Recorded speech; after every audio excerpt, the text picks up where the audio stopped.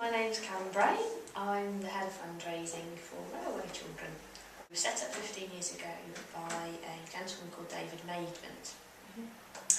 And David used to work within the rail industry.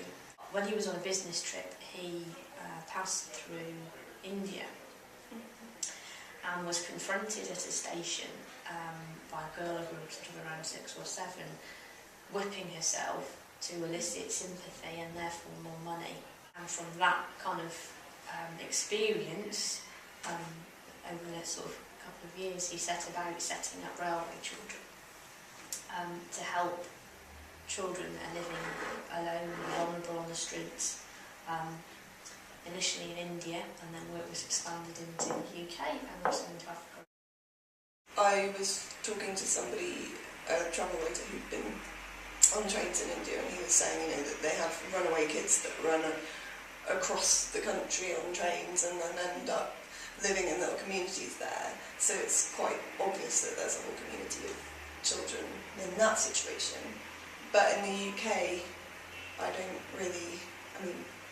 know whether I'm really naive or ignorant. I haven't seen loads of children. What you've picked up on is one of the fundamental differences between some of the work we do in this country and some of the work we do in India and Africa. So what you find is that in India and Africa the problem is very, very visible. What we battle against here is that the problem isn't visible, and there's various reasons for that. But it does mean that people don't actually believe that we have sort of kids living on the streets in this country. You tend to find that children are quite well hidden because they've very often had quite negative perceptions of our social services and the police, so they will sort of try and avoid contact with them. In the UK, it's estimated that well over 100,000 kids a year run away. We work with lots of projects in the UK, India and Africa to provide things like helplines, to provide things like a safe place to stay.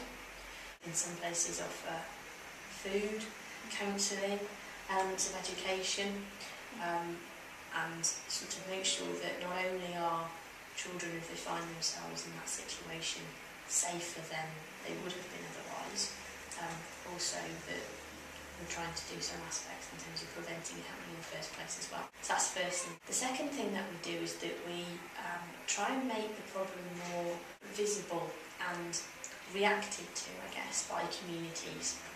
So we're basically, what we're trying to do in that is create a network of people that are also looking out for these kids, so that their response to when they see a child on the street is not to ignore them or to walk away from them or to sort of label them as something negative, but to actually help them or make sure they find help or to take action that also supports that child not being in that situation.